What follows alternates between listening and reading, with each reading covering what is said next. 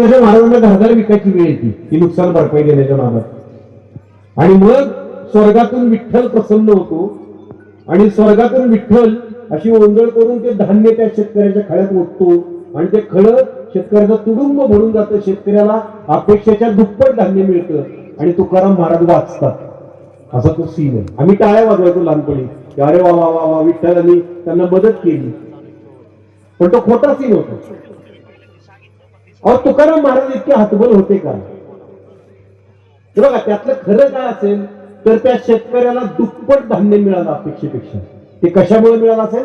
तुकाराम महाराजांच्या शेतीविषयक कौशल्यामुळे। त्यांनी एक गोष्ट लपवली, एक गोष्ट सांगितली खरी, एक गोष्ट लपवली। अहो जो माणूस सांगतो की असाध्य ते साध्य करिता सायाचं कारण अभ्यासक का म्हणे, अभ्यासाचं मोल सांगणारा माणूस असा आकाशात होणाऱ्या चमत्काराचा मोहताज असेल का? हा, कुणीतरी चमत्कार करावा अशी ती वाट बघत असेल? पण तुकाराम महाराजांचा एक अभंग आहे, मागाशी पण मी तुम्हाला सांगितलं ओणव्या चोकरी, तसा दुसरा एक अभंग आहे की पीक जेव्हा भरभरून पीक आलेलं असतं, सुगीला आलेलं असतं, शेत आले सुगी सांभाळावे चारी कोण, पिका आले परी केले पाहिजे जतन, हे सांगणारे तुकाराम महाराज होते। शेत सुगीला आलंय, आता शेतकऱ्या तुला चारी कोणांनी ते सांभाळायचंय, पीक आलंय पण ते जतन केलं पाहिजे ही तुझी जबाबदारी आहे। म्हणून ते म्हणतात सोकरी सोकरी, सोकरी म्हणजे शेतकरी, सोकरी सोकरी दोन वेळा म्हटलं म्हणजे अरे शेतकऱ्या हे त्यांनी मिसळून सांगितलंय। सोकरी सोकरी विसावा तोवरी खाऊ नको उभा आहे तो, हे पीक जोपर्यंत तुझ्या शेतात उभं आहे तोपर्यंत तू विसावा घेऊ नकोस, तू विश्रांती घेऊ नकोस, हे सांगणारे तुकाराम महाराज होते। गोफणेसी गुंडा घाली पागोऱ्यांच्या थाटे, पळती हाहाकारी पाकरांच्या थाटे,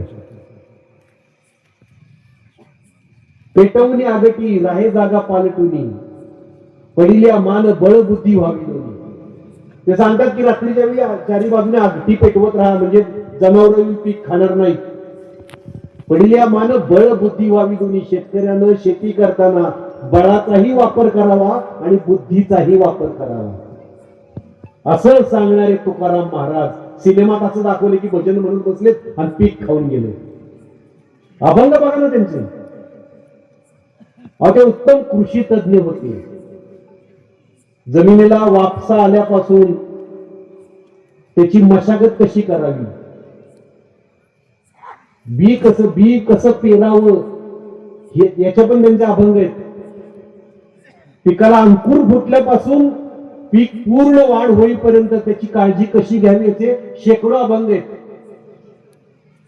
शेकडो अभंग आहेत। असं सांगणारा माणूस शेतीकडे एवढा दुर्लक्ष करेल का?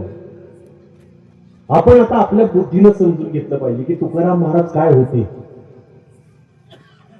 आपल्या अत्यंत विवेकनिष्ठ निधड्या छातीच्या आपल्या हिरोची अक्षरशः चारित्र्य हनन केले होत्या लोकांनी, भोळा बाबडा दाखवून।